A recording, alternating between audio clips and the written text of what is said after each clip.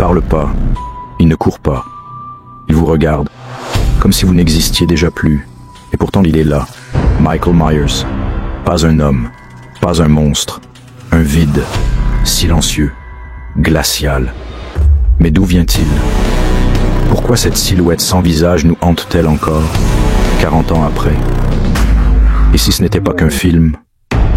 31 octobre 1963, une petite ville tranquille, Haddonfield, une nuit d'Halloween comme les autres, jusqu'à ce qu'un enfant de 6 ans poignarde sa sœur, sans raison, sans émotion, juste un masque blanc et un couteau. Ce soir-là, Michael Myers est né, interné, silencieux pendant 15 ans. Les psychiatres parlent d'un cas unique, un regard vide, inhumain. Son médecin, le docteur Loomis, dira « J'ai vu les yeux du diable ». Pas de colère, pas de douleur, juste le mal. En 1978, le jeune réalisateur John Carpenter s'inspire de ce mythe. D'un boogeyman invisible, omniprésent. Il crée Halloween avec $300 000 et une idée simple. Et si le mal était silencieux? Et si le danger venait de ce qui ne court pas, de ce qui ne parle pas? Un masque blanc sans expression. Une démarche lente, implacable. Pas de cri, pas de logique. Juste une présence qui avance, inarrêtable. Le masque? Un vieux masque de William Shatner, peint en blanc. Vide de traits comme Michael, vide d'âme. Le film sort. Le succès est immédiat. Les gens n'ont jamais vu ça. Un tueur, sans but. Pas de vengeance, pas d'explication. Juste la mort, pure, froide. Le public frissonne, car Michael, c'est l'Amérique d'après Manson. D'après les tueurs sans mobile. Une génération qui découvre que le mal ne prévient pas.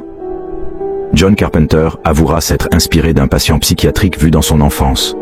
Un garçon au regard fixe qui semblait vide. Mais aussi d'un fait divers. Un meurtrier entré chez une famille sans bruit, un soir d'Halloween. Comme une ombre, comme un mythe qui prend corps. Michael n'est pas humain. Il est l'idée même de l'inéluctable. Comme une maladie, comme une nuit qui tombe. Il est ce que l'on ne peut arrêter. Il incarne une peur ancestrale, celle qu'un jour, chez soi, quelque chose attende. Le succès du film lance une saga, suite, reboot, jouet, masque. Mais malgré la pop culture, quelque chose reste glaçant. Michael ne change pas, il n'évolue pas, il revient, encore, comme un cauchemar récurrent, comme si il n'était jamais parti. Parce qu'il est l'absence de raison. Pas de phrase culte, pas d'histoire triste, juste une porte qui s'ouvre, une respiration, une silhouette. Michael Myers, c'est l'inconscient collectif, le mal, pur. Certains monstres crient, lui il marche, toujours vers vous, toujours lentement. Vous pouvez courir, fermer vos fenêtres, allumer toutes les lumières, mais tôt ou tard, il vous trouvera. Si Michael Myers vous a choisi, vous pouvez être sûr de ne pas vous en sortir. Michael Myers n'est pas réel, mais il a réussi à être pire que ça. Il a marqué les esprits. Et pour beaucoup de monde, Michael est resté bien ancré dans l'esprit des gens, dans toute génération.